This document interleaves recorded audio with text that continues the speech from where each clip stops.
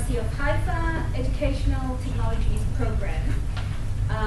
I'm writing my master's thesis under the academic supervision of Dr. Dundas. And my collaborators are Okay, so the focus of my research is on the emergence of norms in a TELC, a technology-enhanced learning community, in this case, CATEL. My presentation today focuses on characterizing a few social norms that have emerged from CATEL. So, my research question, and as I said, what are the characteristics and features of these emerging norms? This is a question that I asked in order to answer my big question, how do norms emerge and develop in a TLC? So, why norms, you may ask? Collaboration is a cornerstone of meaningful learning within a TLC. So, group norms are really important for meaningful collaboration. The creation and the negotiations that come about within the group in order for norms to form and to be articulated are very important because they reflect the socio-emotional challenges that the group goes through. And these socio-emotional challenges can impede communication, which then affects meaningful learning within a community. I mean, it could hinder meaningful learning. In addition to that, norms also reveal the character and the workings of a group.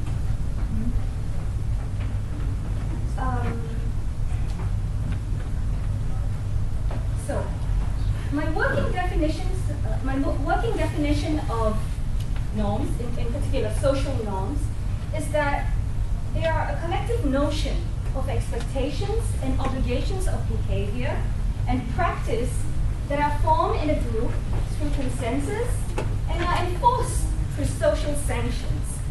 So this definition, I've come to this definition from two sources. One is Hector and Opp, and the other one is Fine, who says that norms are a sort of framework. So this is my, actually Hector and Opp defined norms as rules, and I'm not comfortable with that word rules. So that's why collective notion.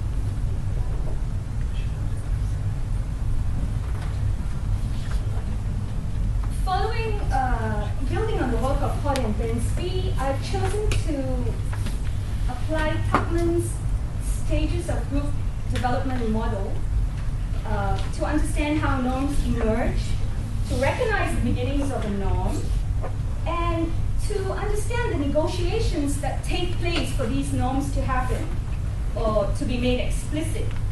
This model is a 5-stage model, and I focus on norming, the stages between norming and storming.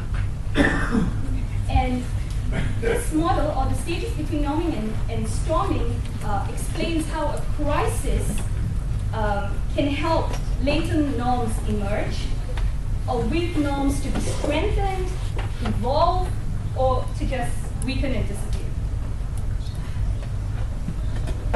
So, my research is qualitative. I use a case study approach and a narrative approach. The data from my research comes from very detailed the video and audio recordings of the sessions during the course, interviews with students, and all the information that is on the wiki, reflective diary entries, other forms of writing that the students do on the course community webpage as well. So, as I said, my research is based on a case study. In this particular, or specifically, a case study of an event. I analyzed my data, because I'm taking a narrative approach, I analyzed my data by building a narrative of the event. And from this narrative, through the process of triangulation, I try to extract the principles that can help me form conclusions about which norms have emerged and how these norms emerge. So, in order to explain or to talk about my preliminary findings, I would like to describe an incident that occurred during the 9th to 10th week of the course, of the 14-week course. I refer to this incident as the email incident. Now, by the 10th week of the course, the group had already gone through a forming stage, so they were quite familiar with each other. And there was enough evidence around maybe the 7th, 8th, 9th week to suggest that the group was going through what we call the storming stage.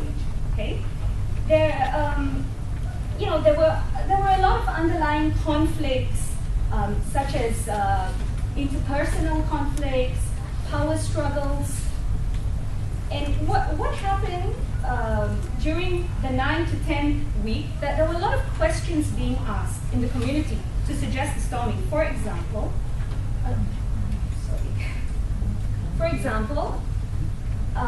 this was written by one of the students in her reflective diary. To be truly part of the community, I think we have to feel that we are in a place where we feel secure enough to let our voices be heard. Unfortunately, today, I do not feel that we are there yet. This was written by a student, and she put this picture next to this entry in her diary. So what does this tell us? She was questioning herself in the community, questioning if they were really a community.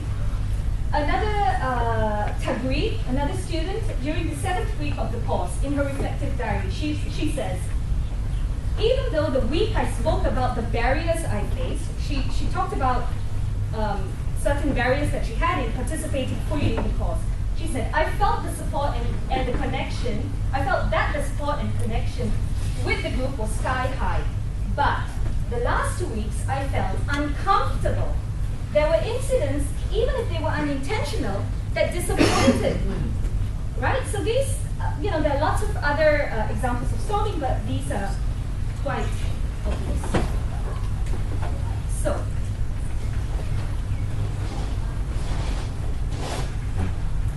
the email incident. I would like to briefly describe the email incident, which I think was, in a way, the proverbial straw that broke the camel's back.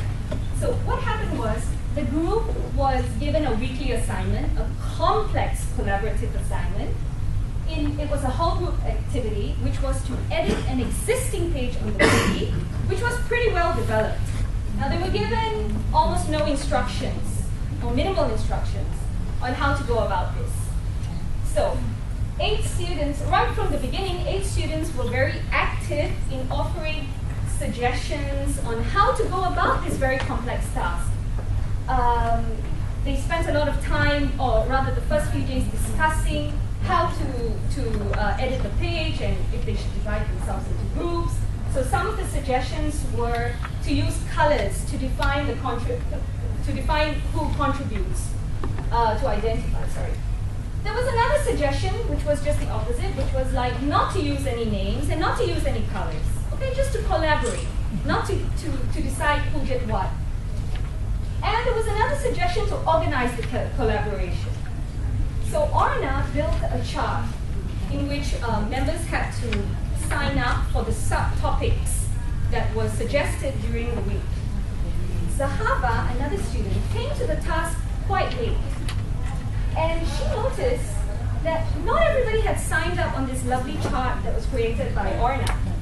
So she took it upon herself to send an email to her peers, those whose names were not displayed on the chart. And she sent an email. The wording of the email sort of invited these students to look into the wiki page and to put their names in for a task. Now, what was interesting is that she felt compelled to copy the moderators in this email. So you can imagine what happened. Not pleasant. So obviously, a lot went on during the week, and during the next face-to-face meeting, in the reflective conversation, this incident came up. So it started with Maya, one of the students involved who did not put her name in the chart. Maya expressed regret that she did not contribute as much to the task as some of the others did. She was very, very upset. She had her own personal problems, and she just didn't have the time. And in response to that, to what Maya said, Beth gave a very, very impassioned speech, alluding to the email incident, but not explicitly stating it.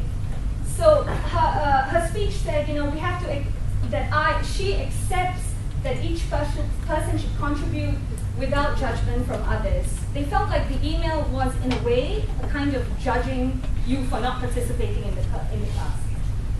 After what Beth said, Ursula probably felt encouraged, or she could identify with what Beth was saying. So she then explicitly talks about the email. And she explained during this group session in front of Zahava, who sent the email, that she felt she was being policed. Now, other members of the group then voiced their opinion and said, yes, you're right. I mean, there was, unfortunately, I don't have the video right here, but they actually did that. Yes, I felt that way with the pointing. Zahava was so overwhelmed with emotion and stress because, in her opinion, she did not mean to rat out on these students, that she walked out of the room. So that's the email incident. Now, what can we understand from this? So what is interesting is what happened after that. After she walked out of the room during the week, this is what we saw in the different reflective diaries. So Jana writes, first of all, she drew a beautiful picture, trying to understand her, this is all in the diary on the wiki page. She gave a graphic representation of her trying to understand or process the event.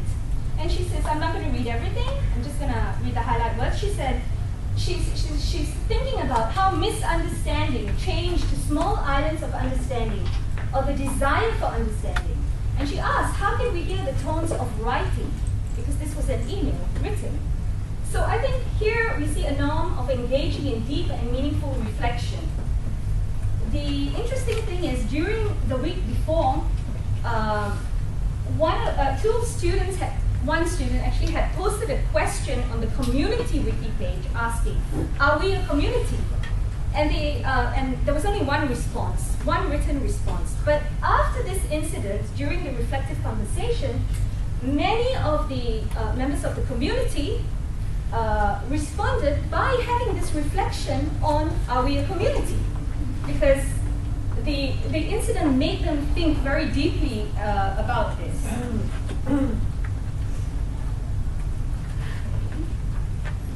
So, a norm that was made explicit during this crisis was really the norm of being non-judgmental. It seems that Zahava had violated a certain social norm, which was the understanding that everybody could contribute, whatever they could contribute. And students understood they weren't supposed to judge others for it.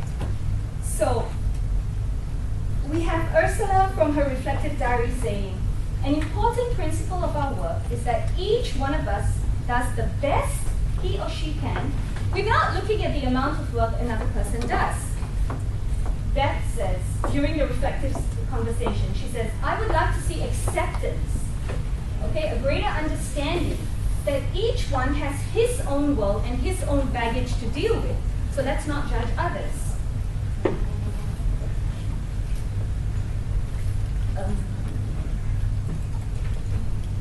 Another norm that was another norm that came up, or that we noticed, was the norm of giving support and encouragement. Now that may seem very trivial. So very trivial, but it's not. Because here you have a member of the community who has violated a norm, whom people were actually literally pointing fingers at. Yet, these same members of the community came back and said these things to her. This was addressed to Zahava in the community discussion page. She said, I was so happy that you came back to class, because when she walked out, she came back. the things you said are important and meaningful and eye-opening. At times we disagree, but these disagreements advance our thinking and maybe other people's thinking. So she's embracing this member of the community again. Sorry, just one more. Again, the norm of giving support and encouragement. Someone says, I appreciate these and other characteristics of Zahaba. So not only did they concentrate on what she did that was not right, they also went back to her and said, listen, we appreciate you, all the good things you've done, and what you stand for. And she was they went back to encourage her and cheer her up. So to conclude,